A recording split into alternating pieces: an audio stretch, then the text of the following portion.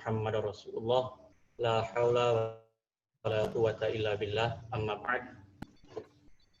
Yang kami muliakan dan kami hormati Ketua Umum PP Parmusi Dr. Andes Haji Usama Hisham MSOS, yang sama-sama kita hormati Sekretaris Jenderal Insinyur Abdurrahman Syagaf, Ustadz Bukhari Muslim, dan seluruh pengurus PP Parmusi yang hadir, dan yang kami muliakan Dai Parmusi di seluruh Indonesia dimanapun berada. Alhamdulillah, pada kesempatan kali ini kita bisa bersilaturahmi melalui aplikasi Zoom Meeting ini. Kayaknya kita udah lama ya nggak ada kegiatan seperti ini. Insya Allah beberapa waktu ke depan kita akan rutin pengajian-pengajian atau pertemuan-pertemuan seperti ini dalam rangka menyemarakkan atau untuk menyambut muktamar yang akan kita laksanakan pada bulan September mendatang. Salawat dan salam semoga selalu tercurah kepada Nabi besar Muhammad sallallahu alaihi wasallam. Allahumma sholli ala sayyidina Muhammad wa ala ali sayyidina Muhammad. Ustadz dan Ustazah, Bapak Ibu yang dirahmati oleh Allah Subhanahu wa taala, pada kesempatan kali ini kita akan bersama-sama mendengarkan tausiah. Tapi sebelum itu ada baiknya kita mulai pengajian kita pada kali ini dengan pembacaan ayat suci Al-Quran yang insya Allah akan dibacakan oleh Akhinal Kiram Rusdi Rumbia. Pada beliau waktu dan tempat kami persilahkan.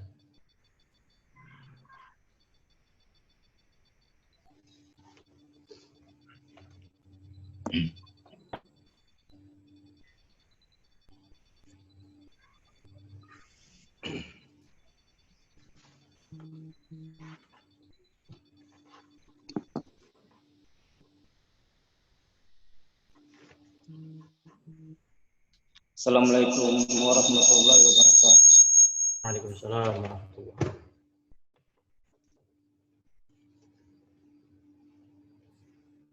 A'udzu billahi minasy syaithanir rajim.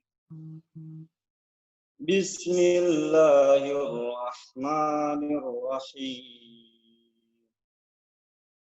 Awalam ya'lamu anna Allah yabsutur rizqa liman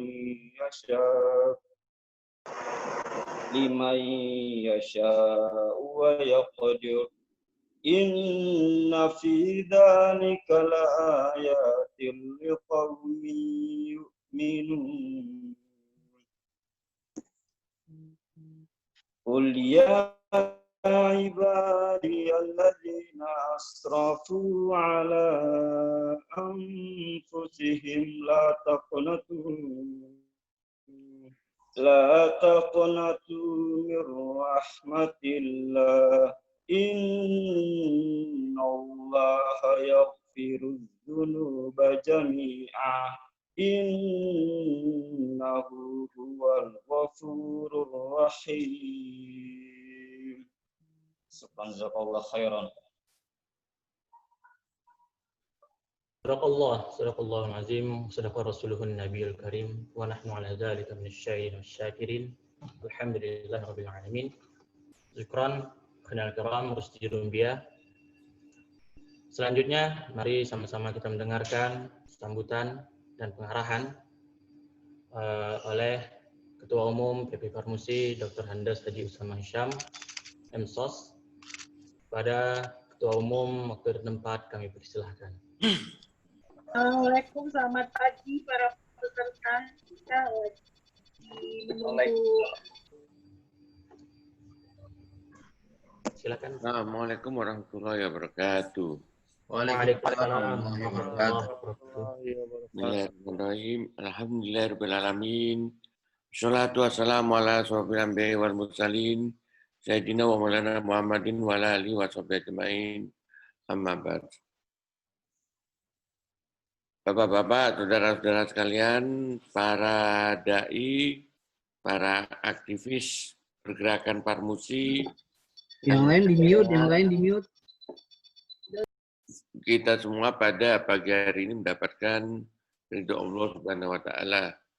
Alhamdulillah pada pagi hari ini kita mengawali pengajian mingguan Parmusi yang dilaksanakan dalam rangka untuk menyongsong muktamar kelima Parmusi secara virtual yang akan jatuh pada bulan September yang akan datang.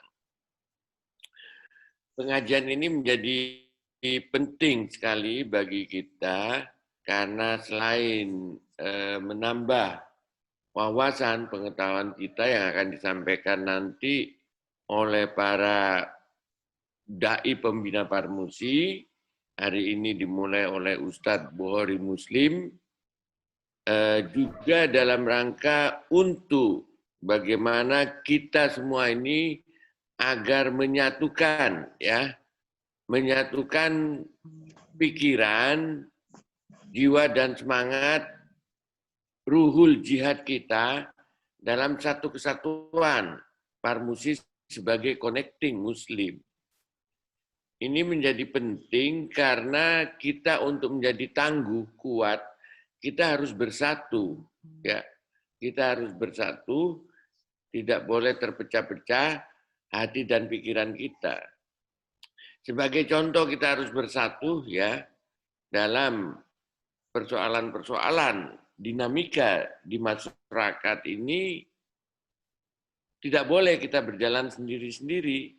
Sebagai contoh yang terkini terbaru, ketika organisasi sudah mengambil keputusan tentang satu persoalan publik, yaitu masalah rancangan undang-undang haluan ideologi Pancasila, kita tolak, kita harus dari pusat sampai dengan dai di daerah-daerah, warga masyarakat Parmusi harus bersatu menolak.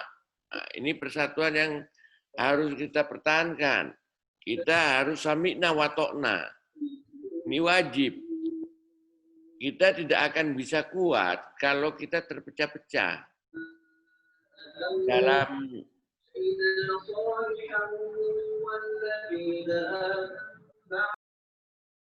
kita tidak boleh terpecah-pecah dalam hal menyatukan pendapat. Ya. Kalau memang dari pusat sudah menyampaikan sikap, kita semua di daerah harus bersatu padu dan melakukan sosialisasi terhadap kebijakan tersebut.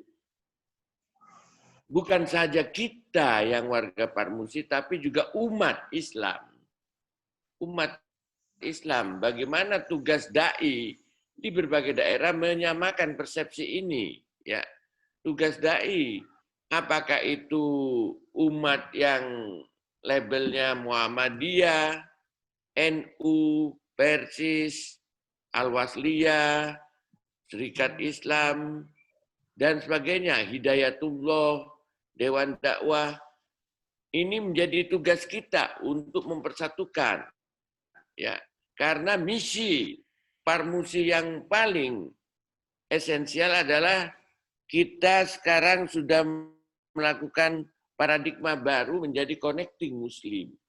Connecting Muslim ini kenapa kita kembangkan? Karena setelah lebih 25 tahun kita bergerak Parmusi dengan tadinya orientasi politik ya, kita merasakan banyak sekat-sekat ya, umat terpecah-pecah ya, sehingga Islam yang mayoritas di Indonesia ini sebagai kelompok besar dalam berbagai kebijakan nasional, dalam berbagai isu, menyikapi isu-isu yang bernuansa politik, kita menjadi tersekat-sekat, ya, terkotak-kotak, sehingga kita tidak pernah menyatu, kita tidak pernah besar. Ya. Pada akhirnya Islam tidak pernah menang, ya, dalam mengambil satu kebijakan. Kita selalu tertinggal, bahkan sepanjang Orde Baru di awal-awal reformasi juga kita terseok-seok, ya. Atas dasar itu, saudara-saudara sekalian, marilah kita menyepakati persatuan umat ini, connecting Muslim ini, komitmen kita sudah ada, tetapi implementasinya yang harus diterapkan di lapangan. Ketika dua ormas besar pada periode 5 tahun yang lalu ya, Ketua Umum Muhammadiyah, Ketua Umum NU menyepakati untuk mempersatukan ya dua organisasi besar ini, yang tampak hanyalah dua pimpinan organisasi ini turun bersama-sama dari atas pesawat ya. Turun sehingga memberikan kesan dua organisasi ini bersatu. Tapi kenyataannya grassroots di bawah masih banyak hal-hal baik yang bersifat ilafiyah maupun hal-hal lainnya tidak bersatu, masih saling menyalahkan. Nah, ini nggak boleh. Karena sesungguhnya hal-hal yang bersikap ubudiyah ini sudah kita serahkan pada masing-masing keyakinan kita. Tidak perlu lagi saling menyalahkan. Kita sekarang melihat bagaimana dalam perkembangan dinamika nasional banyak faksi-faksi ya di dalam Islam ini, banyak aliran-aliran di dalam Islam ini yang mengakibatkan barrier persatuan itu dapat direkatkan secara utuh. Nah, ini seharusnya tidak perlu lagi terjadi. Majelis Ulama Indonesia sudah mengeluarkan berbagai bentuk fatwa ya, tausiah agar bagaimana kita tidak terlalu menonjolkan masalah-masalah perbedaan di antara kita di dalam melaksanakan ibadah dan lain sebagainya. Namun ketika itu berkembang kepada persoalan-persoalan dalam menyikapi dinamika umat di Indonesia yang berdimensi politik, kita tidak pernah utuh. Apalagi di dalam kehidupan sehari-hari sekarang ini banyak sekali faksi-faksi politik Islam, ya, faksi-faksi politik Islam. Saya nggak tahu nanti bagaimana dasar-dasar yang bisa dikembangkan Ustadz Bukhari Muslim ya, bagaimana mempersatukan hati umat ini agar tetap satu tujuan walaupun berbagai seragam warna ya. Namun kita tetap dalam satu tujuan ruhul jihad kita, persatuan umat kita yang harus kita menjadi dasar dari berbagai sikap dan kebijakan yang hendak kita tempuh. Contoh sederhana masalah RUU rancangan undang-undang HIP, yaitu haluan ideologi Pancasila. Ya, RUU HIP ini jelas Parmusi sudah tersosialisasi merupakan garda terdepan dalam melakukan penolakan terhadap rancangan undang-undang haluan ideologi Pancasila. Ya, kita bukan sekedar menolak. Sebagai pimpinan Parmusi, saya sudah menyampaikan amanah kita, ya. Kader-kader di daerah bukan saja sudah bergerak menyampaikan aspirasi, ya, bersama komponen umat Islam lainnya. Parmusi sudah menemui presiden langsung, ya. Tidak ada satupun ormas Islam, ormas di seluruh Indonesia kecuali Parmusi yang menghadap presiden dan diterima untuk menolak langsung rancangan undang-undang HIP. Satu-satunya ormas lain yang diterima presiden adalah Pepabri, Persatuan Purnawirawan ABRI yang dipimpin Jenderal Tri Sutrisno. Nah, ini marwah Parmusi sudah bagus, sudah di atas, bisa menyampaikan aspirasi langsung kepada presiden. Tinggal bagaimana jajaran Parmusi se-Indonesia ini mempertahankan sikap dan melakukan sosialisasi kepada seluruh komponen umat Islam bahwa kita harus tetap bersatu mempertahankan haluan ideologi Pancasila. Karena Pancasila yang sekarang 17 Agustus 1945 itu adalah bagian inheren sama dengan tidak bertentangan dengan ajaran-ajaran Islam. Karena Pancasila 17 Agustus 45 ini sila pertamanya dipayungi oleh nilai-nilai tauhid ilallah yang memayungi menjadi ruh jiwa seluruh sila-sila yang lain, baik sila kedua, 3, 4, dan 5. Oleh sebab itu kita sebagai umat Islam wajib untuk mempertahankan Pancasila 17 Agustus 1945 sebagai dasar ideologi, dalam bahasa saya sebagai jangkar bagi kehidupan nasional, bagi kehidupan berbangsa dan bernegara.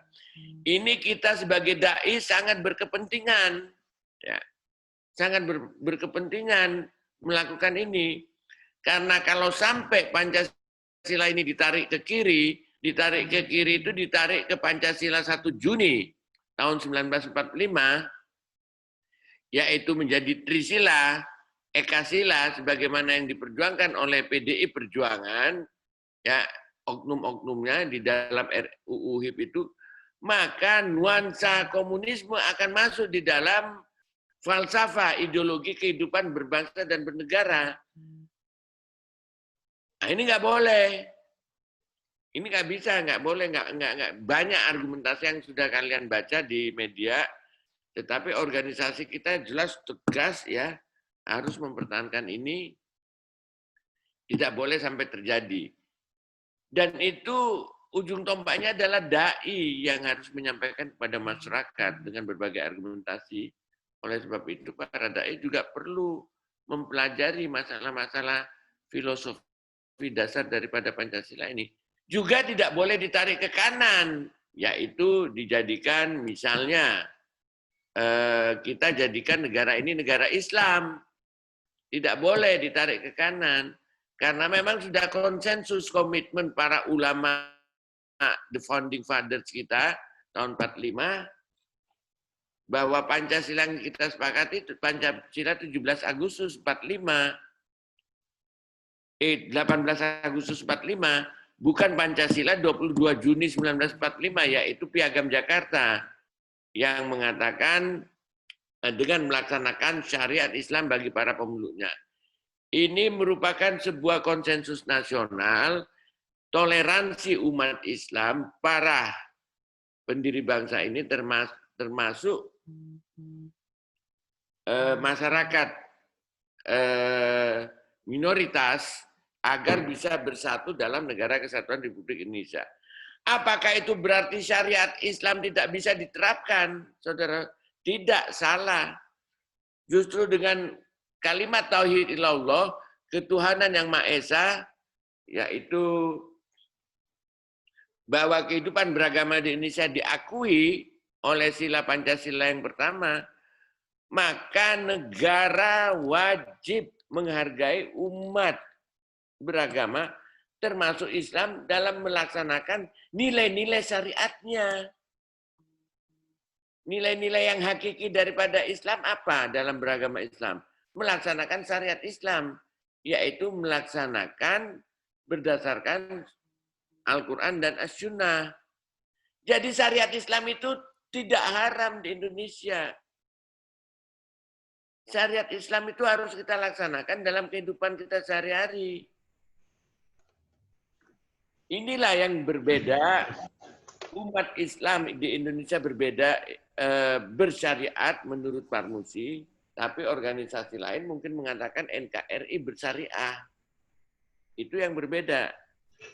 Tahun 1949 ketika Indonesia memasuki masa krisis, ya, yang kedua, di mana terjadi konferensi meja bundar, disepakati Indonesia terpecah menjadi 16 negara federasi, yaitu Republik Indonesia Serikat, 16 wilayah. Bung Karno ketika itu menemui tokoh Masyumi yang merupakan yang menjadi induk daripada perjuangan para musisi sekarang ini, yaitu Pak Natsir. Bung Karno menawarkan agar Pak Natsir yang memimpin negara itu, ya. Namun Pak Natsir berpikir dan beliau mendatangi gurunya, yaitu gurunya itu di Bandung, itu di Jawa Barat, namanya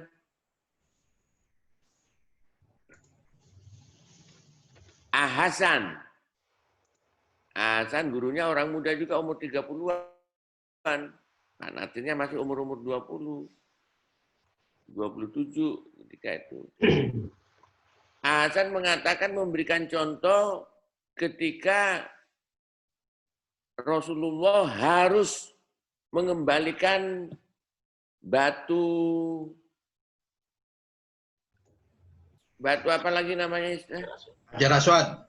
Hajar Aswad, batu Hajar Aswad yang terjatuh terlepas di Mekah ketika itu, di Ka'bah. Hasan memberikan contoh ketika Rasulullah saat itu untuk mengembalikan Hajar Aswad itu, mereka mengundang para sahabat-sahabatnya. Umat ketika itu belum menjadi Rasulullah, ya. Muhammad disampaikan, kemudian siapa yang berhak untuk mengembalikan Hajar Aswad ini. Akhirnya Muhammad memberikan kesepakatan bersama yang lain-lain, para sahabatnya, bahwa yang berhak menempatkan kembali Hajar Aswad di tempatnya adalah mereka yang pertama kali datang besok sholat subuh. Datang besok sholat subuh. Dan ternyata keesokan subuhnya yang datang pertama kali ya Rasulullah Muhammad. Namun Muhammad tidak semena-mena meletakkan Hajar Aswad itu. Dia jadi mengambil kain besar, yaitu surbannya.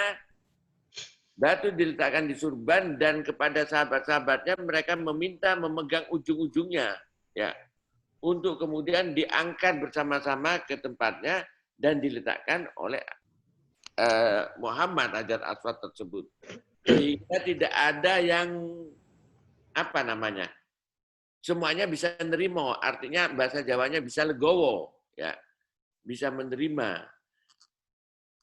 Ketika Republik Indonesia Serikat, kemudian Pak Natsir atas saran nasihat dari Pak Hasan melakukan perjalanan keliling ke Republik Indonesia Serikat, pimpinan RIS yang 16 itu.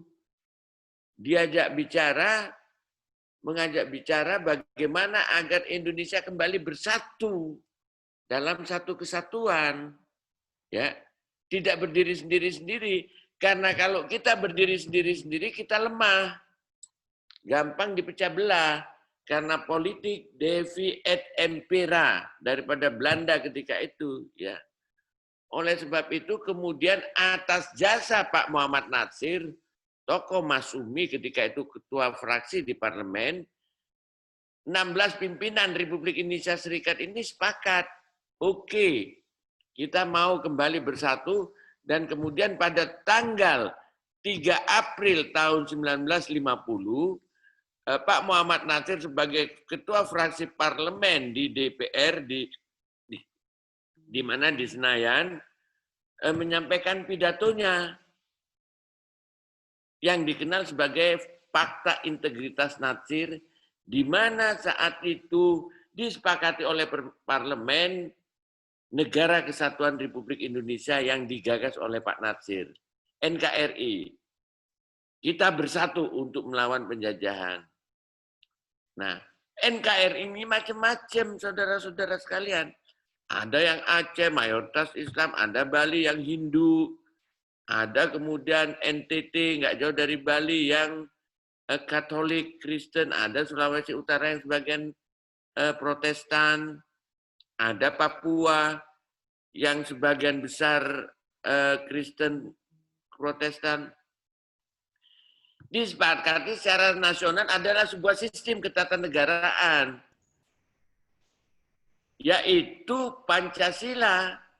menjadi ideologi dalam kehidupan berbangsa dan negara. Negara Kesatuan Republik Indonesia. Disepakati Pancasila. Tapi tidak dilarang syariat Islam berkembang di Indonesia. Ya. Sistem ketatanegaraan yang disepakati, yaitu Pancasila. Syariat Islamnya sebagai bukti tidak dilarang bagi daerah wilayah yang mayoritas Islam, bagi wilayah daerah yang sebagian besar umatnya Islam, silahkan melaksanakan syariat Islam. Siapa yang memperjuangkan kader-kader Parmusi, saudara? Buktinya ada. Karena ketika itu Pak Natsir mengatakan, kita umat Islam jangan sekali-sekali berpikir untuk mendirikan negara Islam. Karena kita sudah NKRI, kesepakatan seluruh pimpinan umat beragama.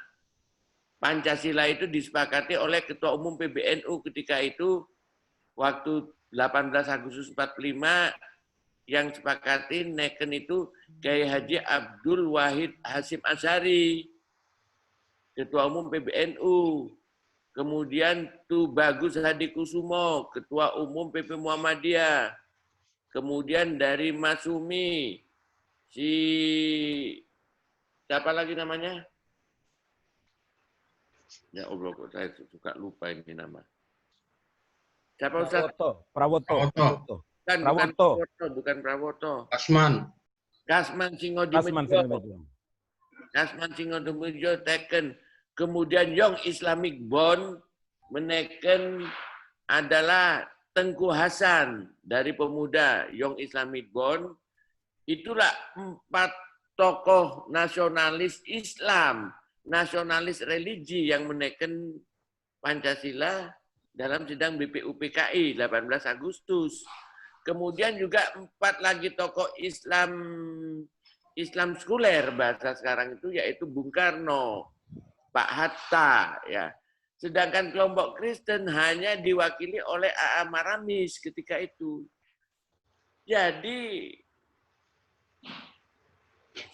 Pak Natsir pernah mengatakan pada kita tokoh-tokoh Islam ketika tahun 1950 itu, beliau sudah Ketua Umum Masumi, jangan sekali-sekali kita berpikir untuk mendirikan negara Islam, ya. Jangan kita mendirikan negara Islam karena sudah ada kesepakatan the founding fathers, ya, kita itu hidup dalam satu kesatuan dan oleh Pak Natsir dipersatukan melalui deklarasi integritas Natsir, yaitu Negara Kesatuan Republik Indonesia pada bulan April tahun 1950 di dalam mosi integral Muhammad Natsir, dan kemudian Pak Natsir diangkat Bung Karno menjadi Perdana Menteri.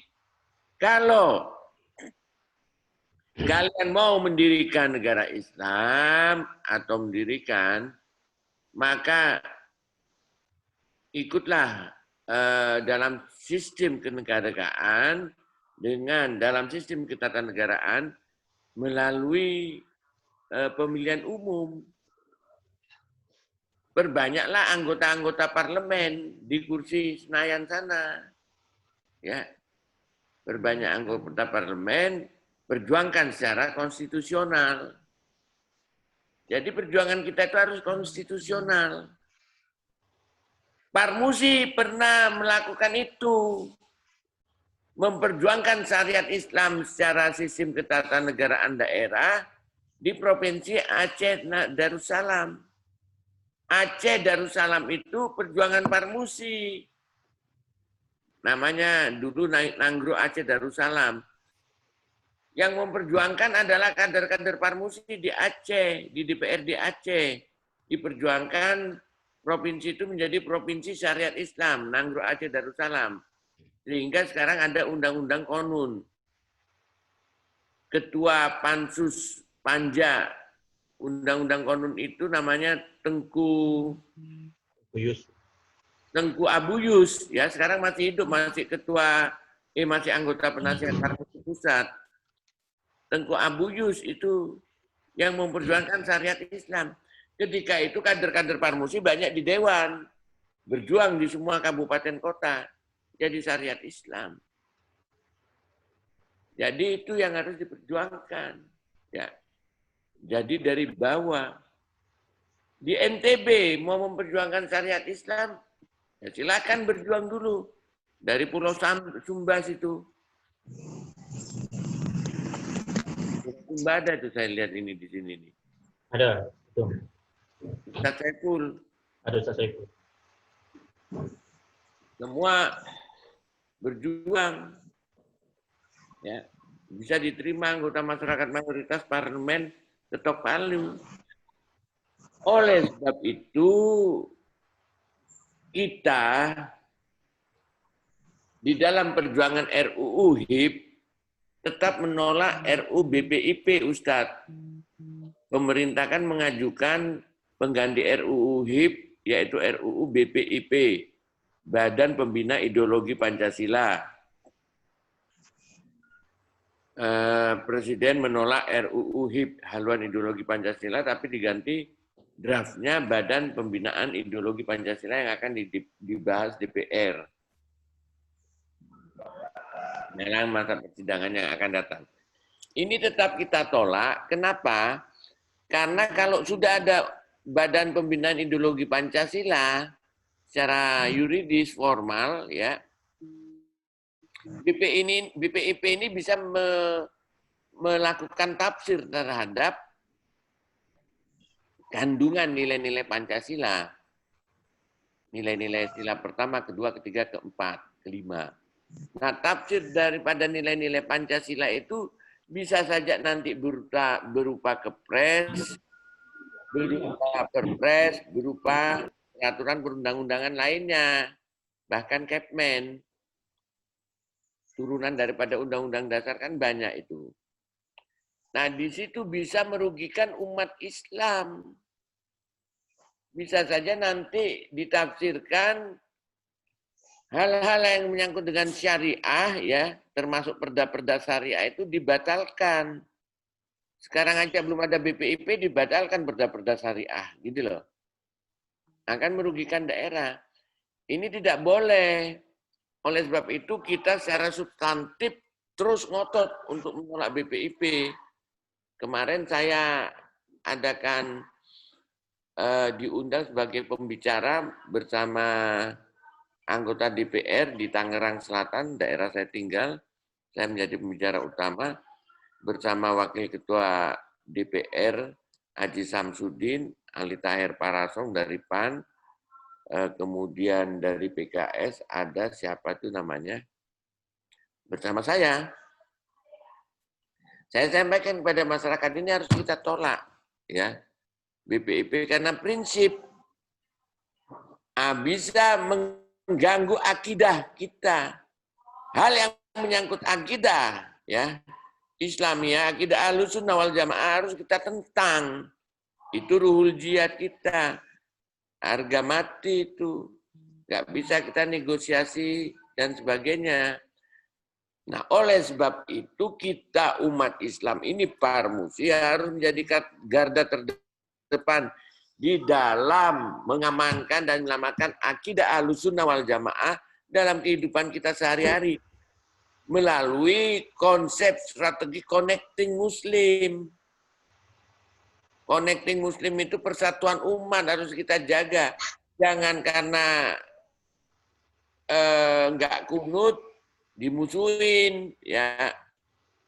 Sekarang ini masih banyak yang begitu. Jangan karena dituduh Wahabi dimusuhin. Harus kunut semua. Nggak ada itu nanti Ustadz Bori itu jelasin itu.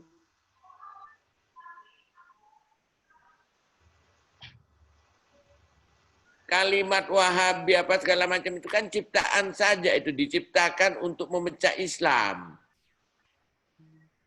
Ya, kita yang di sini banyak warga Nahdliyin jangan terpancing. Yang banyak juga warga Muhammadiyah jangan terpancing. Karena kalau itu bisa dipecahkan, karena umat Islam ini nggak bisa apalagi dipecah-pecah kalau bukan keimanannya yang dipecah.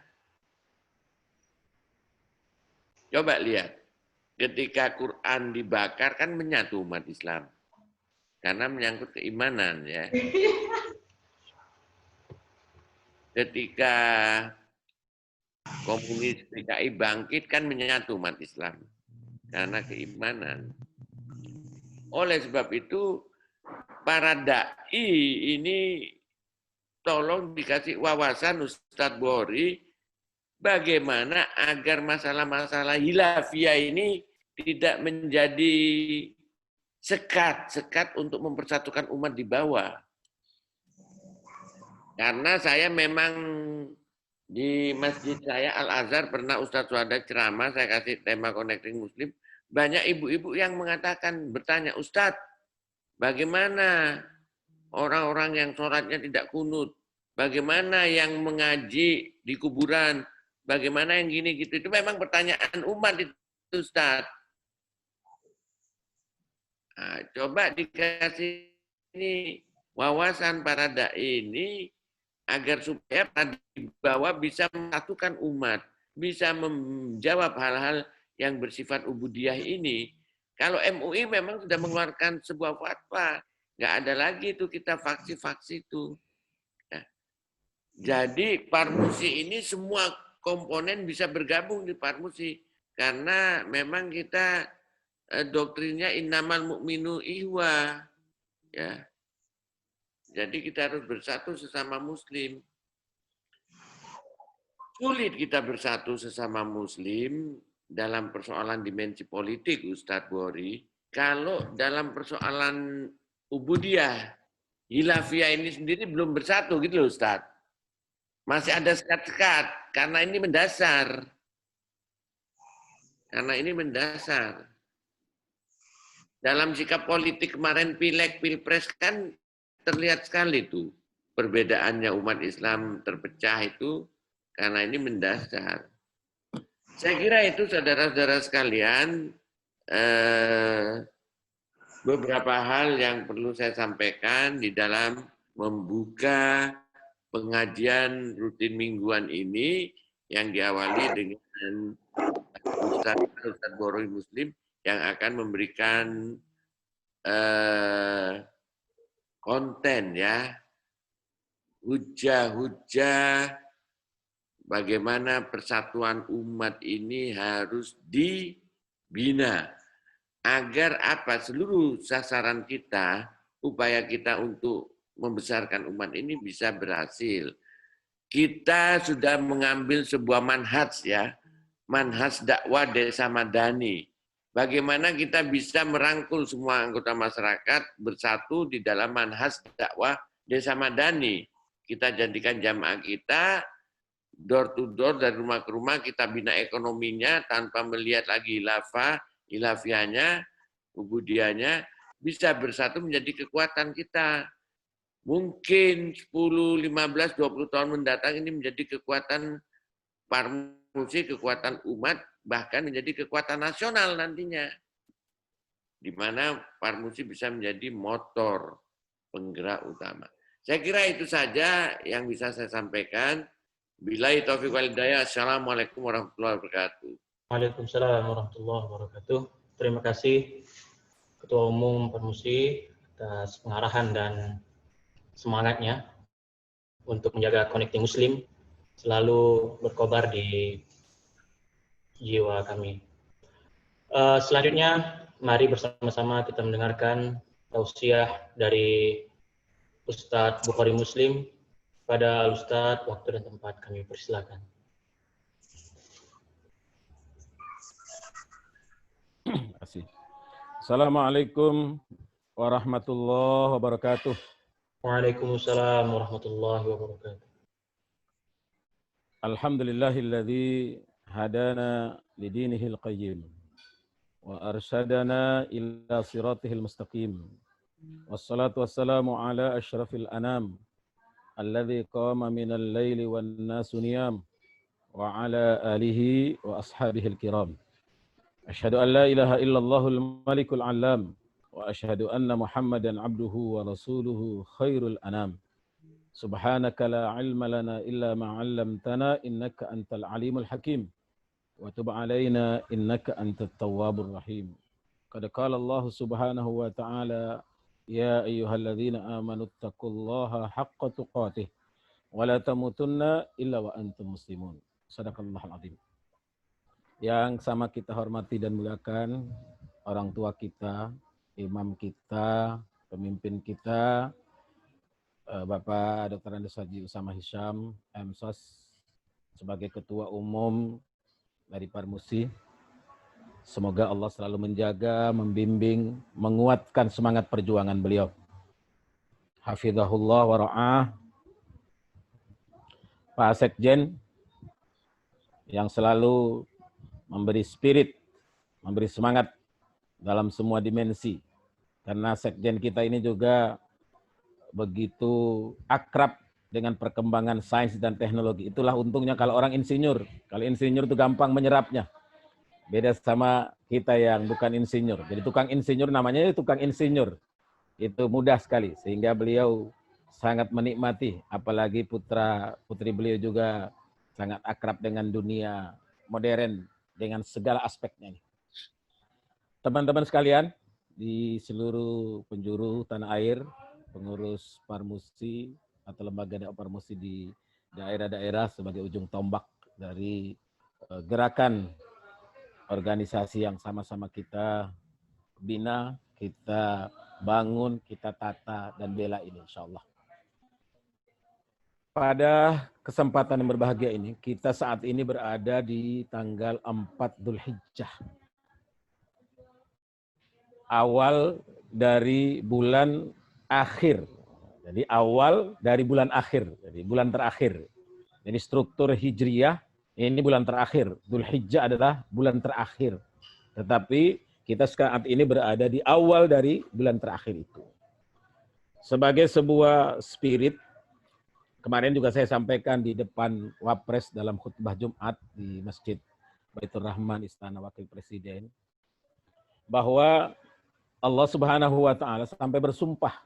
Ya, Allah sampai bersumpah dengan sumpah yang sangat kita kenal dalam surah, dalam salah satu ayat disebutkan oleh Allah Subhanahu wa Ta'ala, wal fajri walayalin ashr, dan demi waktu fajar, waktu subuh, walayalin ashr, dan 10 malam.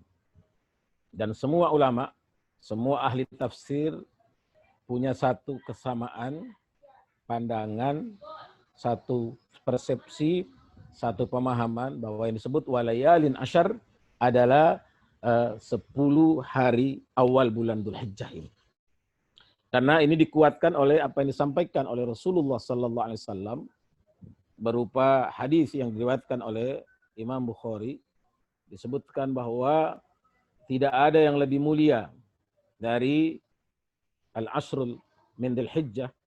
Jadi ayamul ashr min Dzulhijjah ini, 10 hari dari bulan Dzulhijjah ini, sampai-sampai para sahabat bertanya. Para sahabat bertanya, qalu awal jihad ya Rasulullah, walal jihad ya Rasulullah, apakah juga termasuk jihad? Beliau sallallahu alaihi wasallam mengatakan, na'am, termasuk jihad. Kecuali orang yang keluar dari rumahnya, membawa harta bendahnya, membawa nyawanya, dan nggak pulang, tidak pulang, kecuali hanya namanya. Baru bisa menyaingi. Jadi ini momentum luar biasa. Momentum yang sangat dahsyat, momentum yang sangat hebat, di mana kita sebagai simbol dengan tagline Connecting Muslim, bagaimana kita mengemas, menjaring apa yang menjadi wadah kita bersama ini sebagai koneksi, sebagai tali pengikat, sebagai sebuah media untuk mempersatukan kekuatan umat yang luar biasa ini. Karena kita tahu bahwa apa yang saat ini kita perjuangkan, ini kalau kita tekuni, kita dalami, kita syiarkan, ini luar biasa. Luar biasa. Ada beberapa ulama yang saya sampaikan, bahkan dalam sebuah kesempatan Zoom dengan beberapa ulama luar pun saya sampaikan ini, beliau-beliau menganggap ini luar biasa, ini menarik. Karena saya mengutip atau mengambil dari apa yang sudah disampaikan oleh Ketum ketika waktu di Palu, waktu meresmikan Masjid Ittihadul Muslimin ya, di tempatnya Ustadz Arif itu. Apa namanya Ustadz Arif? Di Donggala. Donggala ya, di Donggala itu. Ada nama kampungnya itu, Tanete apa? Ya, di Donggala itulah. Itu dari surah ke-14, surah Ibrahim, ayat yang ke-37. Dari surah Ibrahim, ayat yang ke-37. Ini kalau kita perhatikan, kita tadaburi, kita dalami, kita kaji, kita kemudian membangun sebuah persepsi dengan konsep yang saat ini kita kembangkan, manhaj desa madani, ini luar biasa. Betapa tidak? Karena historical background dari ayat ini adalah berupa doa Nabiullah Ibrahim. Berupa sebuah proposal dari Nabiullah Ibrahim alaihissalam. Jadi proposal itu kan tolabul adna ilal a'la. Proposal dari seorang hamba kepada Khalik. Ini harus kita pahami. Jadi doa itu bukan hanya sekedar ritual, bukan hanya sekedar bacaan, bukan hanya sekedar dzikir dan wirid. Tapi ini proposal. Saya menyebutnya dengan proposal. Kenapa? Karena Nabi Ibrahim alaihissalam ketika mengungkapkan doa itu berada dalam posisi antara tugas sebagai seorang khalifah, tugas sebagai seorang da'i, tugas sebagai seorang murabbi, dengan bagaimana mempertahankan keluarga. Ini luar biasa ini. Karena Nabiullah Ibrahim alaihissalam di saat itu posisinya, kondisinya itu sedang di Bakkah, sedang di Makkah, yang jangan dibayangkan Mekah sekarang. Sedang di Ka'bah. Ka'bah yang kita tahu sebagai ulal bina, bangunan pertama kali yang dibangun langsung oleh Allah. Bangunan pertama kali yang inna awwala bait wudi'a linnas. Bangunan pertama kali yang dibangun oleh Allah linnas, for all. Lalladzi bi Bakkah, itulah yang ada di Bakkah atau Makkah. Jadi pada saat itu Nabi Ibrahim alaihissalam dengan segenap prosesnya ya, Nabi Ibrahim yang merindukan anak berpuluh-puluh tahun, kurang lebih 83 tahun pengen punya anak, dan punya anak itu tidak untuk mewarisi beliau membangun dinasti politik, membangun dinasti kerajaan atau kekuasaan, tidak membangun kemewahan, tidak membangun ini dan itu, tapi meneruskan risalah tauhid. Rabbi habli minas shalihin, berdoa dan berdoa terus. Sampai beliau sampai kemudian karena Ummuna Syara tidak bisa melahirkan seorang putra buat beliau menikah lagi dengan Ummuna Hajar, barulah lahir Nabiullah Ismail alaihissalam. Setelah lahir Nabi Ismail, barulah Ummuna Syara melahirkan Nabiullah Ishaq alaihissalam. Jadi ini dari historical background di balik ayat ini, kalau kita kaji, kita dalami, kita resapi dengan konsep yang hari ini kita kembangkan, manhaj desa madani luar biasa. Apa yang disebut bahwa kita sebagai connecting muslim itu betul-betul tertanam. Karena posisi Nabiullah Ibrahim pada ketika itu, ya beliau anaknya. Nggak ada orang lain. Nggak ada orang lain. Sementara Allah perintahkan Nabi Ibrahim untuk pergi. Nabi Ibrahim untuk berangkat lagi, melakukan tugas yang baru.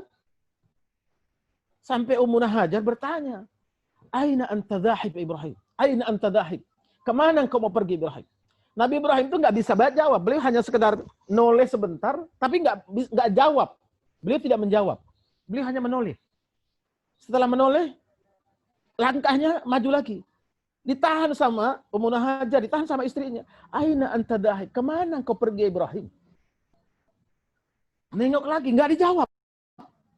Sampai 3 kali Ummuna Hajar mengatakan, Aina anta dhahib? Kemana engkau pergi Ibrahim? Kemana engkau mau jalan? Nggak dijawab.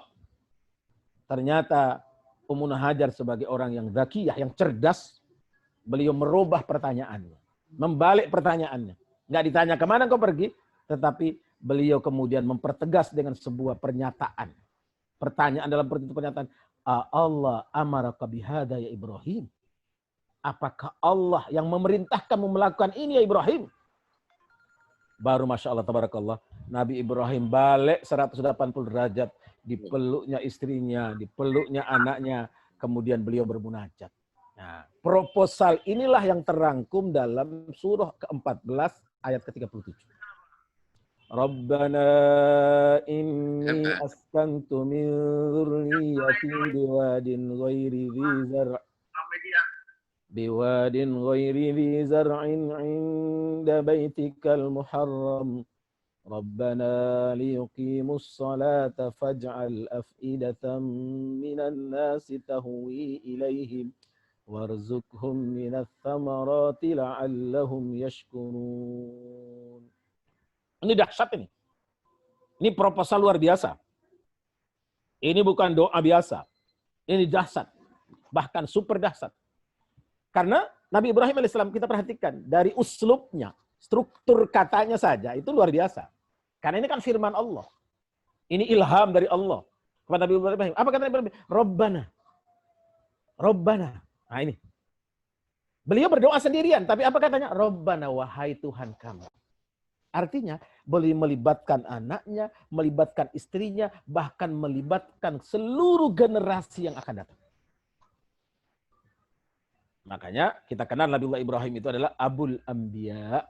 Disebut sebagai Abul Anbiya, bapaknya banyak nabi. Nabi Ibrahim disebut oleh Al-Quran, Inna Ibrahim kanat ummah. Nabi Ibrahim tidak disebut personal, tetapi kanat ummah. Sebagai sebuah komunitas. Dahsyat. Jadi dari segala sisi, dari uslub, dari struktur, dari bahasa, dari tata letaknya, dari posisi, dari historical background-nya, dari semuanya, Masya Allah, luar biasa. Luar biasa. Dari saatnya saja, inilah menuntut kita untuk tidak boleh menganggap remeh peran orang di sekitar kita, siapapun. Nggak boleh ada yang dianggap tidak punya saham dan andil. Ada gelitikan dalam Quran di surah Al-Hujurat itu. Menarik. Apa kata Allah? Qul la tamunnu alayya islamakum balillahu yamunnu alaikum an hadakum lil iman. Nyatakan la tamunnu alayya islamakum. Jangan kalian merasa punya saham dalam Islam. Balillahu yamunnu alaikum. Tapi Allah lah yang menganugerahkan nikmatnya an hadakum lil iman. Jadi kerja kita ini nggak mungkin kerja orang per orang. Kerja satu orang. Siapapun dia, sehebat apapun dia nggak bisa. Dia nggak bisa kerja sendiri. Dia harus kerja jama'i. Harus kerja bersama. Harus kerja kolektif. Jadi dari awal Nabi Ibrahim mengatakan, Rabbana. Tetapi ketika bicara tanggung jawab, nggak lempar tanggung jawab. Apa kata beliau? Inni askantu min dzurriyyati biwadin ghairi dzi zar'in. Wahai Tuhan, sungguh aku telah meletakkan anak keturunanku biwadin ghairi dzi zar'in. Tidak ada tanda-tanda kehidupan. Kita kan punya 4 pilar. Membangun desa dengan 4 pilar. Imtak, pemberdayaan ekonomi, kemudian pemberdayaan sosial, dan pendidikan. 4 pilar ini terangkum sekali dalam doanya. Dalam proposal Nabiullah Ibrahim alaihissalam. Dan kalau dikaji lagi, Masya Allah. Dahsyat, luar biasa. Jadi ketika itu Nabi Ibrahim mengatakan, bicara tanggung jawab. Menunjukkan tanggung jawab, mengemainkan perannya. Jadi Quran itu menuntun kita, kullu ya'malu ala syakilatih. Gak mungkin potensi Ustadz Syahrun yang dahsyat di Kalbar itu, ya tidak harus sama dengan Ustadz Arif yang ada di Donggala. Karena ketika Ustadz Syahrun diletakkan di Donggala, tidak mungkin bisa berbuat sama dengan ada di Kalbar. Potensi Ustadz Rahim yang luar biasa di Sulsel, kalau diletakkan di Jawa Barat, belum tentu seperti yang beliau lakoni sekarang ini dengan pesantren lorong yang menggelegar dan menggelepar di Goa. Belum tentu sama. Artinya apa? Ya di sinilah memang kita punya kullu ya'malu ala syakilati. Setiap orang itu masing-masing melakoni apa yang menjadi anugerah yang sudah Allah tanamkan dalam dirinya. Saya kemarin memperhatikan ketika bersama ketum berkunjung ke rumah ketua MPR itu. Masya Allah, posisi ketum luar biasa. Ketua Ormas Islam datang ketua MPR. Ketua MPR-nya nunduk-nunduk. Wah, ini kan dahsyat ini.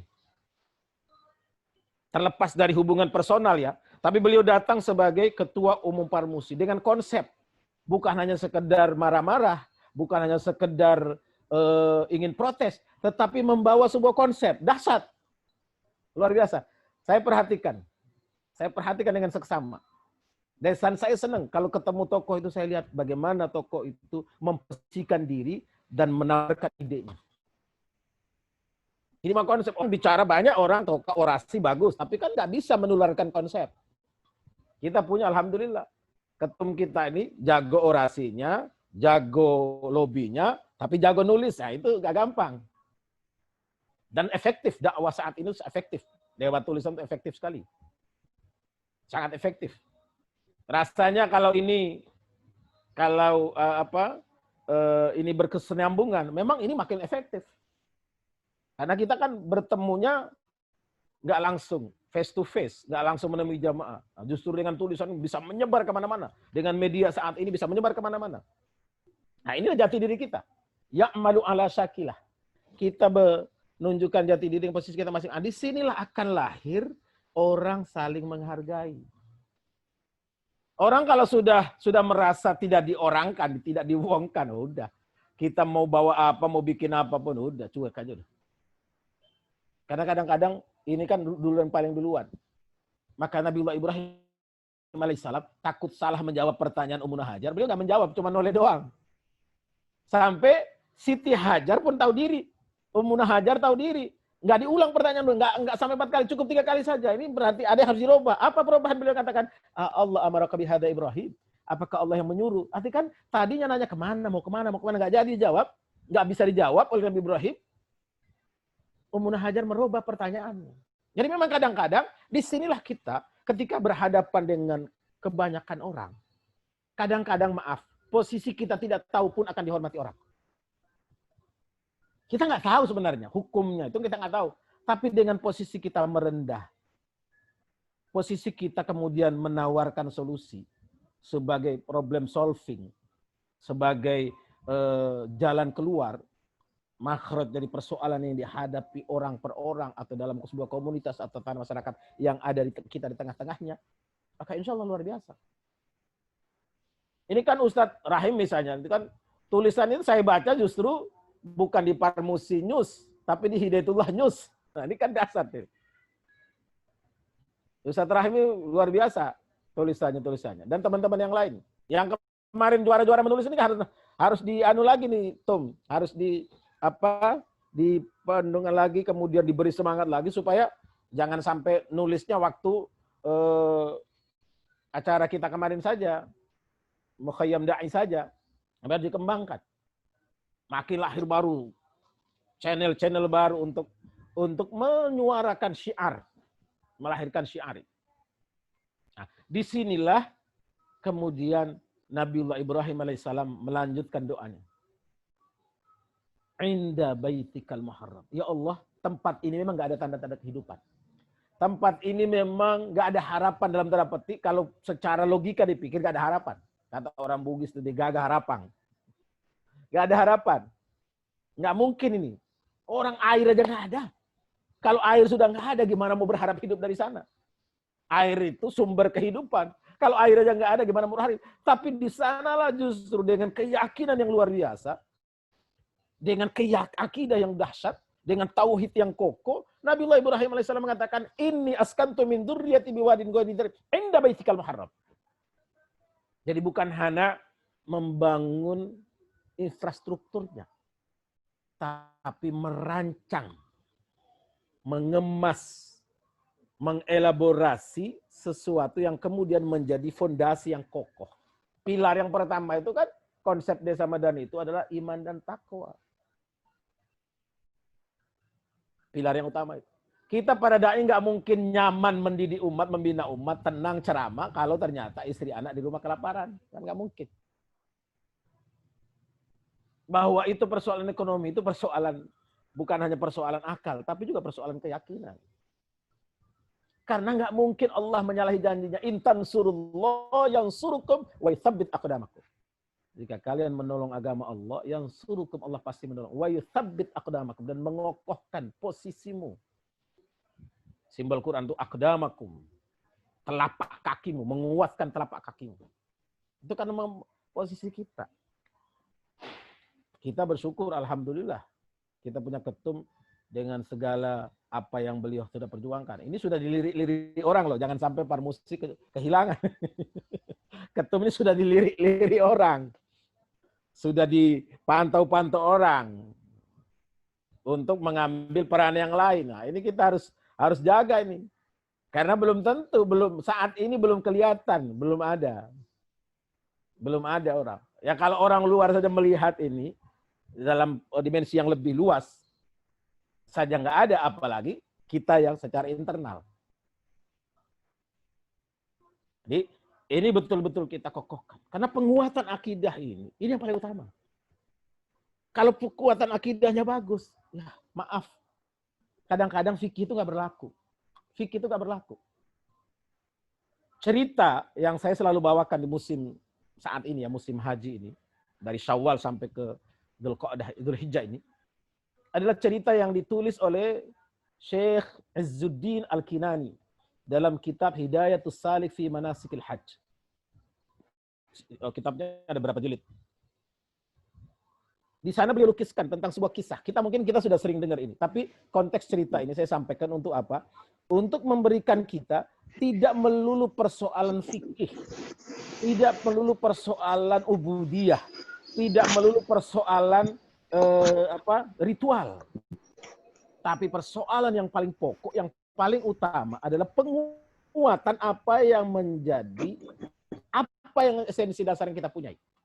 Ayat yang selalu dibaca oleh ketum itu, wajahidu fi sabilillah, wajahidu fillahi haqqa jihadi, huwajtabakum wa ma ja'ala alaikum min harj, millata abikum Ibrahim, huwa sammakumul muslimin min qabl.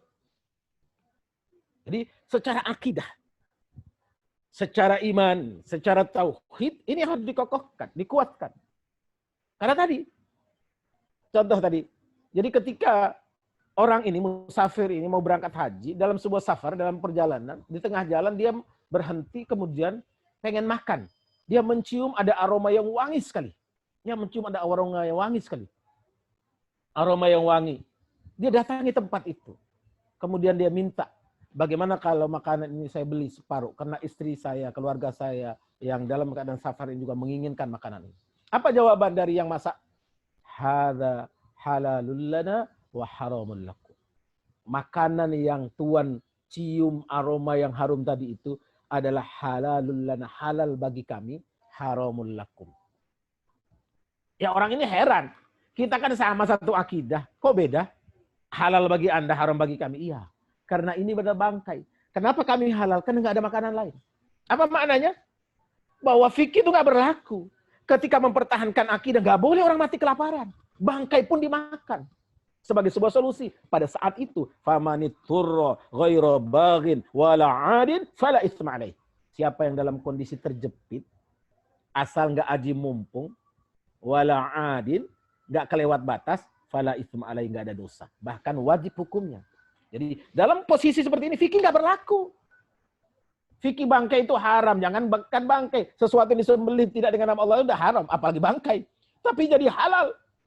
Dan apa yang terjadi? Musafir ini, yang mau pergi haji ini, dia serahkan seluruh biayanya, nggak jadi di haji dan dia pulang. Ternyata apa? Dalam kitab Hidayatus Salik fi Manasikil, kata Syekh Izzuddin Al-Kinani, ternyata Allah mengirim malaikat untuk menghajikan orang ini. Makanya kemarin tema bahasan saya dalam sebuah pengajian kemarin itu, haji ditunda, kurban tidak boleh ditunda. Kurban itu tetap jalan, hajinya boleh ditunda. Kenapa? Kalau orang yang sudah tercatat haji, insya Allah dapat pahala haji dia, walaupun nggak berangkat. Kenapa? Sudah dicatat oleh Allah. Cuman pelaksanaan yang belum. Kalau dia meninggal, insya Allah sudah haji dia. Jadi kita jangan sampai terjebak.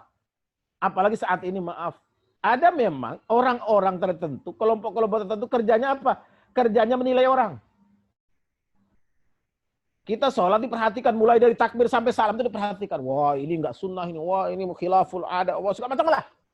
Yang kemudian ujung-ujungnya apa?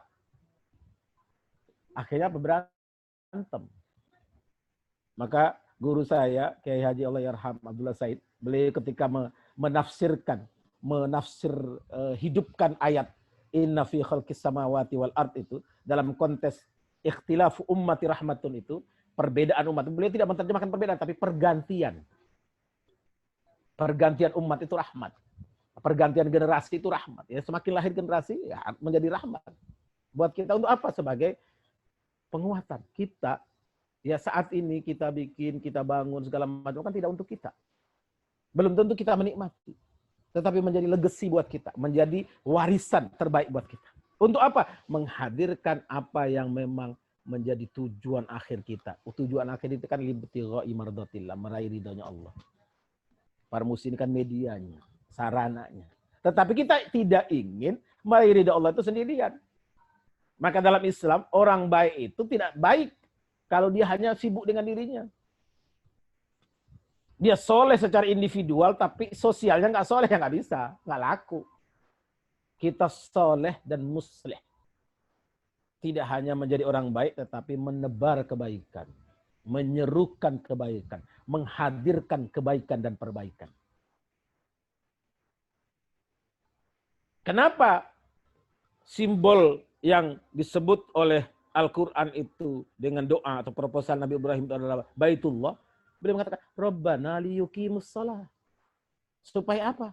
Ya kalau itu masa sih 2 orang, 3 orang itu yang sholat. Bukan. Tetapi pembangunan masa depannya. Maka pembangunan intak itu ditandai dengan apa? Membangun sebuah tata nilai. Kalau memang saat ini belum ada apa-apa, ya dari rumah. Da'ilah yang mencontohkan. Kita sebagai da'ilah mencontohkan, menghidupkan sholat jamaah di sekitar kita, di tempat kita. Kita hidupkan keluarga kita, contoh dengan penampilannya, akhlak anak-anak kita, dan seterusnya. Itulah yang jadi contoh. Itulah yang menghidupkan. Itulah yang membawa. Kenapa? Faj'al af'idatam minan nasi tahwi ilaihim. Faj'al af'idatam minan nasi tahwi ilaihim. Simpati, empati itu akan muncul. Kita dakwah nggak perlu harap pujian. Kita membangun sesuatu nggak butuh penghargaan. Kita bikin ini, bikin itu nggak butuh penilaian. Tetap apa? Persembahan terbaik.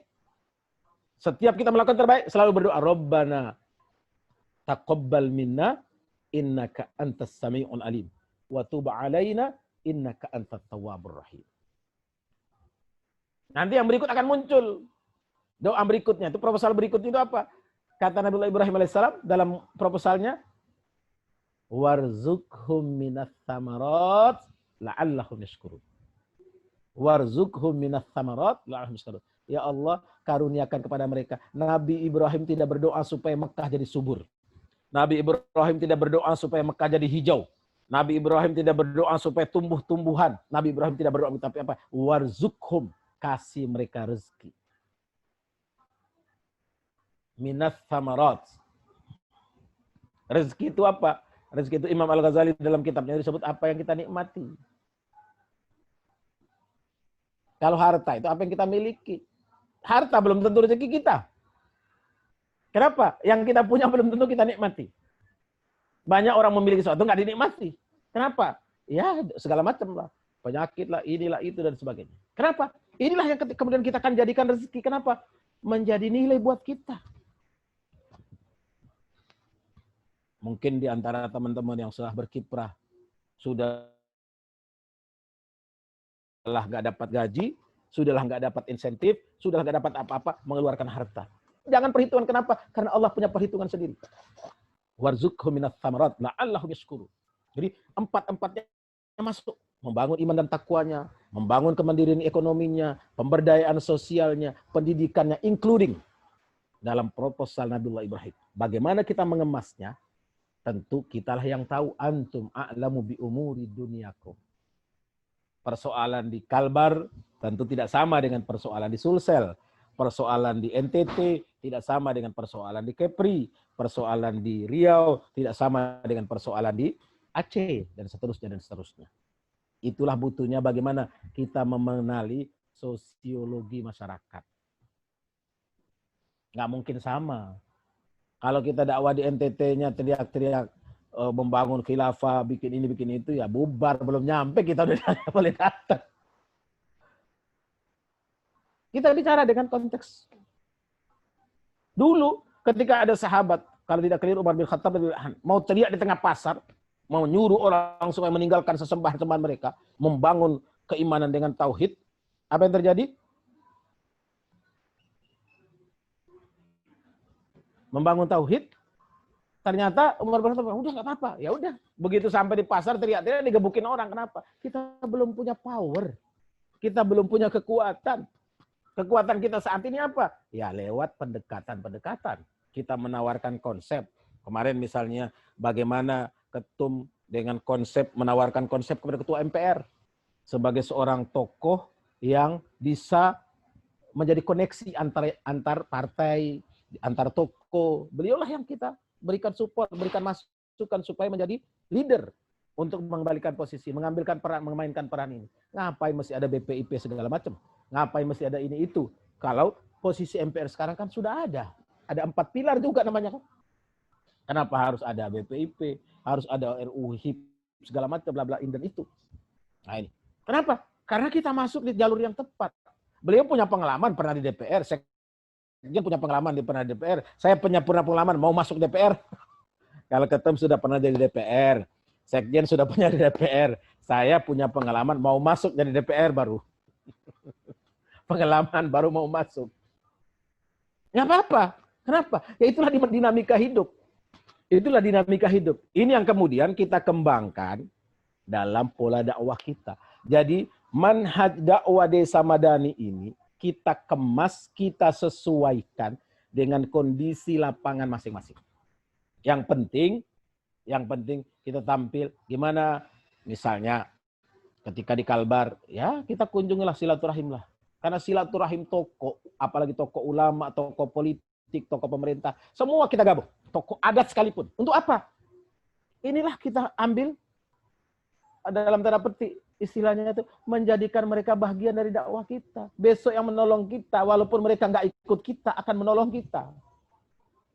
Walaupun mereka nggak ikut kita, akan membantu kita. Kenapa? Karena dakwah kita bukan dakwah personal, bukan mengajak kepada kelompok, bukan mengajak kepada kepentingan kita, apalagi naudzubillah kalau kepentingan ke dunia kita sesaat. Enggak. Kita dakwah ilallah. Kan diperhatikan. Kalau kita baca tulisan Ketum kayak kemarin tentang kunjungan ke MPR itu, beliau kan mengistilahkannya jangkar. Kan istilah yang sangat membumi itu, istilah masyarakat, jangkar. Jangkar supaya apa? Supaya kuat ini, jangkarnya harus benar posisinya, nggak boleh miring, nggak boleh salah. Supaya apa? Perjalanan kita, perahu perjuangan ini, atau perjalanan berbangsa ini, ya tetap konsisten, tetap utuh di jalan. Memang ternyata kerja-kerja itu, kalau kita perhatikan, kerja-kerja itu bermula dari apa yang kadang mungkin dianggap orang sepele. Dianggap orang nggak ada apa-apanya. Dianggap orang biasa-biasa saja. Tetapi justru akan menjadi hal yang luar biasa. Menjadi hal yang dahsyat. Tidak boleh. Yang terakhir saya sampaikan. Dulu di zaman Rasulullah SAW ada seorang badu. Orang badu ini maaf, ya tidak beradab. Dia ngomong ya seenaknya aja. Nabi sedang khutbah, lagi semangat-semangat khutbah. Semua orang terkesima. Ada yang menangis, ada yang ketakutan begini. Karena Nabi cerita tentang kiamat. Semua orang terpana, hening, bening. Tiba-tiba dia nyelonong. Nabi sedang khutbah, dia nyelonong. Mata sa'a ya Rasulullah. Ya Rasulullah, kau kan bicara kiamat, ini kau bicara kiamat. Kira-kira kiamatnya kapan? Masya Allah. Coba kalau sekarang misalnya Ketum pidato, tiba-tiba ada orang nyelonong, anggota kita lagi nyelonong, protes gitu kan, ya pasti sudah ditangani laskar kan. Udah, Nabi nggak dijawab. Selesai khutbah, Nabi tanya, Nabi datang tanya. Nabi tanya kepada beliau.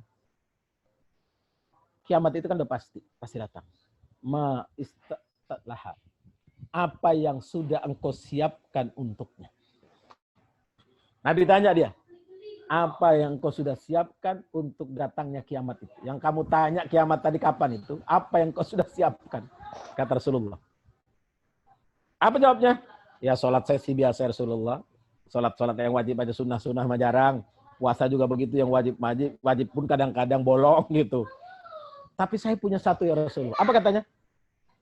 Saya mencintai, uhibbuka fillah. Saya mencintaimu karena Allah. Allahu Akbar.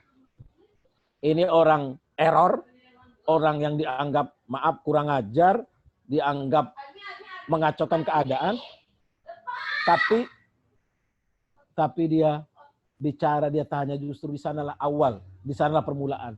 Apa kata Nabi sallallahu alaihi wasallam? Al-mar'u ma'a man ahab. Seseorang akan bersama dengan yang dicintai. Allahu Akbar. Apa pelajaran kita petik dari sana? Andaikan waktu dia protes itu, dimarahi orang, ditarik keluar, atau diusir dan sebagainya, apa yang terjadi? Ungkapan hadis ini nggak keluar. Ungkapan hadis ini nggak keluar. Jadi Nabi baru mengeluarkan ungkapan hadis. Ini asbabul wurud dari hadis ini apa-apa. Ketika orang ini protes. Makanya Nabi mengatakan, protesnya pun tentang kapan kiamat. Tapi ujungnya apa? Kata Nabi, Al-mar'u ma'aman hab. Seseorang itu akan selalu bersama dengan yang dia cintai. Allahu Akbar. Allahumma alif baina qulubina wa aslih dzata bainina.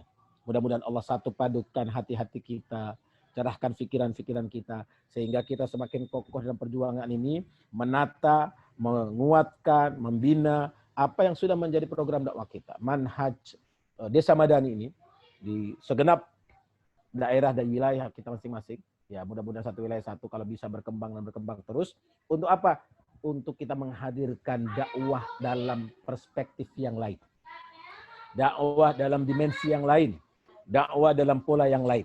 Bahwa jangan pernah menganggap remeh orang yang sudah ikut ambil bahagian dari gerakan besar kita. Jadi teman-teman daerah juga begitu. Nanti ada yang, wah ini kerjanya ngerecokin, biarin aja dia ngerecokin. Yang ngerecokin dalam arti yang masih bisa terkontrol. Selama dia nggak merusak, kita arahkan. Kita berikan dia tempatnya. Kita berikan dia salurannya. Supaya apa? Sebab kadang-kadang dari sanalah kita mendapatkan sesuatu yang tidak pernah terpikir. Apa yang saya ceritakan di akhir tadi, ini menjadi kejutan buat kita bersama. Dan yang terakhir sekali, kalau saat ini masih 4 hari ke depan, kerja-kerja besar kita akan diberi penghargaan besar oleh Allah. Kalau hari ini kita melakukan sesuatu pahalanya misalnya, saya bilang, di awal khutbah kemarin saya bilang, kalau kemarin kan kita protes karena kita nggak bisa berRamadan seperti sebelumnya, kita nggak bisa sholat jamaah seperti sebelumnya. Sekarang pahala itu dikembalikan oleh Allah di 10 hari bulan Dzulhijjah. Kita manfaatkan momentum itu. Kita ambil bahagian itu. Kita mainkan peran itu, sehingga insya Allah kerja kita ini insya Allah menjadi warisan kita. Dan besok menjadi pemulus jalan kita. Bahwa kita ini dari ketum sampai kepada yang tingkatan paling rendah dalam struktur dan posisi yang paling kecil dalam mengambil bahagian ini. Untuk apa? Laha ma kasabat walakum ma kasabtum.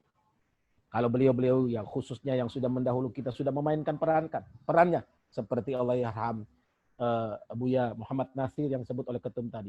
Memainkan peran yang luar biasa. Memposisikan diri sebagai bapak integrasi bangsa. Yang pada waktu beliau menjadi Perdana Menteri itu, rumahnya aja ngontrak. Masya Allah. Rumahnya aja ngontrak. Tapi idealismenya luar biasa. Hari ini namanya disebut, dikaji posisi beliau menjadi bagian dari kiprah dakwah beliau, ditulis beberapa tesis sudah ditulis, beberapa disertasi sudah ditulis, beberapa karya sudah ditulis, dan hasilnya sudah terlihat. Hasilnya nyata terang benderang. Dan inilah kita. Mudah-mudahan kerja kita ini akan menjadi wasilah untuk kita memperoleh apa yang lebih besar dari Allah Subhanahu wa taala. Amin ya rabbal alamin.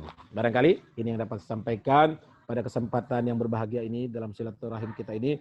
Mudah-mudahan kita semua dapat kalau masih ada waktu mengelaborasinya sehingga menjadi bagian yang tidak terpisah dari gerakan dakwah kita bersama. Prinsipnya kokohkan posisi kita dengan tauhid, tambahkan sedikit kemampuan kita dengan ilmu yang lebih menguat.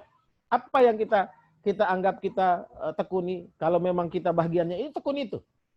Misalnya teman-teman yang sudah mengambil bagian dengan dakwah Tibun Nabawi, kuatkan posisi itu. Karena banyak orang nggak ngambil. Kemarin kepada teman-teman volunteer Al-Quds, saya sampaikan, kerja ini nggak semua orang bisa ambil. Ya manfaatkan kalau sudah memilih jalur itu, memilih bagian itu, mengambil posisi itu, tekuni, kuatkan. Insya Allah, Allah bukakan jalannya buat kita. Wa allai wistaqamu ala tariqah la asqainahum ma'an ghadaqa. Siapa yang sudah istiqomah dengan jalan yang dipilihnya, la asqainahum ma'an ghadaqa. Masya Allah. Ungkapan Quran itu bagus sekali. La asqainahum, kami akan berikan minum ma'an ghadaqa, dengan air yang menyejukkan. Maknanya apa? Jalan keluarnya akan mudah. Jalan salurannya akan kita temukan. Tidak ada masalah yang tidak terselesaikan. Tidak ada problem yang tidak terpecahkan. Insya Allah. Hadirin kujma'in. Assalamualaikum warahmatullahi wabarakatuh. Waalaikumsalam warahmatullahi wabarakatuh. Masya Allah, tabarakallah, Ustaz Bukhari Muslim. Syukran, katsiran, ahsan jazak. Luar biasa apa yang disampaikan oleh Ustaz, bahwa konsep Desa Madani yang digadang-gadang oleh para musi ini sama persis dengan konsep yang dijalankan oleh Nabiullah Khalilullah Ibrahim alaihissalam.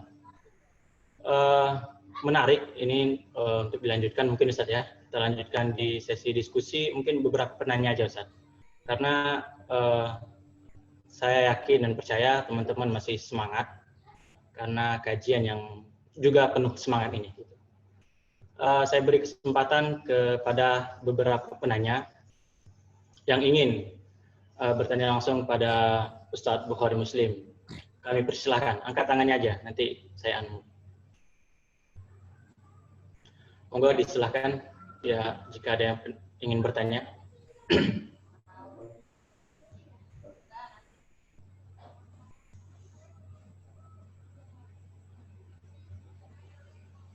Dari mana? Sulsel?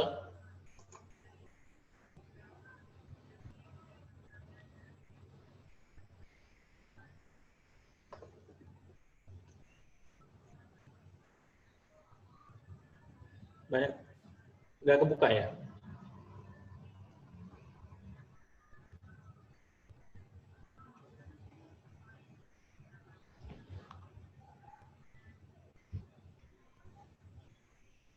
Itu nggak gerak atau nggak buka?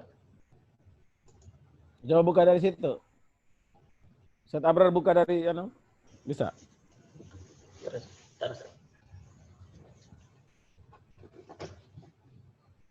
Mungkin dari yang daerah lain? Oh, keluar Ustaz.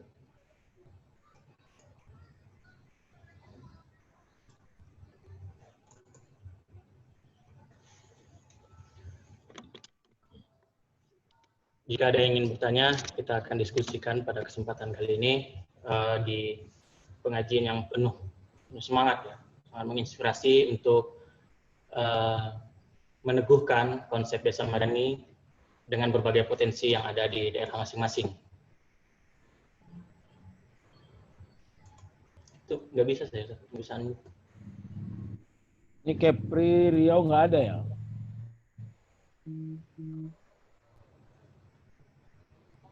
Tuh, NTT itu. Nggak bisa buka saya.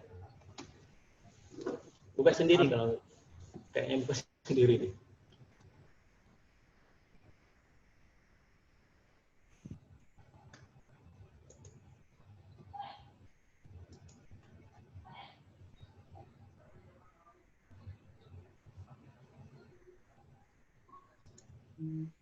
Nggak bisa, emang nggak bisa saya unmute-nya nih. Sekjen, tanya sekjen tuh.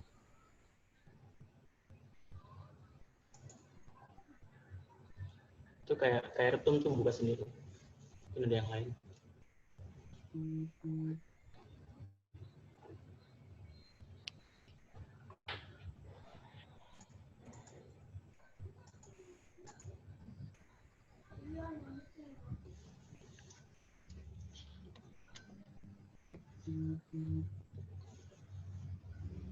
Tuh, Ustaz Rahim. Ustaz Rahim.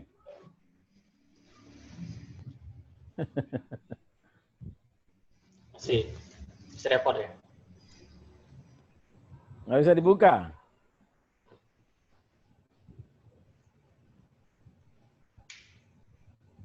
Ya tuh ada dari Bu Herlina tuh. Chat boleh. Tapi nggak semua juga tahu chat. Gimana? Chatnya dibacakan aja Ustadz Abror. Ada chat tuh ya. Chatnya Herlina dibacakan Ustadz Abror. Enggak ada masuk ke saya chat. Cuman ini aja. Yang nggak bisa bilang di-upload maksudnya di chat ya. Iya.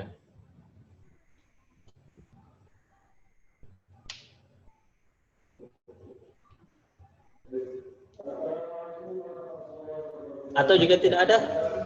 Itu tuh ada yang nanya tuh. Mana Ada yang suara tuh. Suara siapa tuh? Oh bukan. Kalau saya bukan. masjid di tempat. Oh.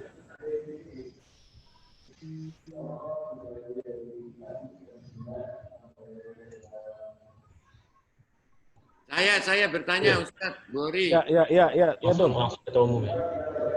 Ustadz, ini para dai ini kan berdakwah di daerah. Tapi salah satu efektivitas dakwah itu kan siar dakwah. Bagaimana siar dakwah ini bisa dilaksanakan juga oleh dai agar dakwanya tidak hanya diketahui oleh jamaah dia saja, tetapi juga warga masyarakat desa secara lebih luas. Apa yang harus dilakukan oleh para dai? Ya. Barakallahu fikum. Pertama dakwah itu kan tidak melulu ceramah. Dakwah itu kan dimensinya luas. Dakwah itu dimensinya sangat luas. Bisa berbagai macam media. Kalau sekarang ini kan, ya dulu mungkin kita nggak pernah mengenal Zoom. Sekarang muncul Zoom dengan ini kan. Bisa menjadi media. Dakwah yang paling efektif kalau di daerah, saya melihat seperti yang dulu kita lakoni itu, justru dakwah itu dari rumah ke rumah. Silaturahim. Karena kerja ini yang paling efektif. Maka tadi saya sempat sampaikan, kita silaturahim dengan tokoh, baik tokoh agama, tokoh pemerintahan, bahkan tokoh adat. Ini penting sekali. Tokoh pemuda, tokoh preman sekalipun. Supaya apa? Memang mengenalkan dakwah ini kan kita menyeru, mengajak. Wa man ahsanu qawlan mimman da'a ilallah. Karena kalau mengajak orang untuk baik, mengajak orang untuk yang baik, insya Allah orang walaupun nggak ikut tidak akan protes. Kita ajak orang sholat, kita orang ngaji, ngajak ini dia, oh ya silakan duluan, oke insya Allah nanti bisa dia, nggak akan ada yang marah. Yang jadi soal itu ketika kita wa tanhauna 'anil munkar. Kalau sudah mencegah orang, memprotes orang kepada hal yang dilakukan, mencegah orang dari kemungkaran, baru dia menjadi sesuatu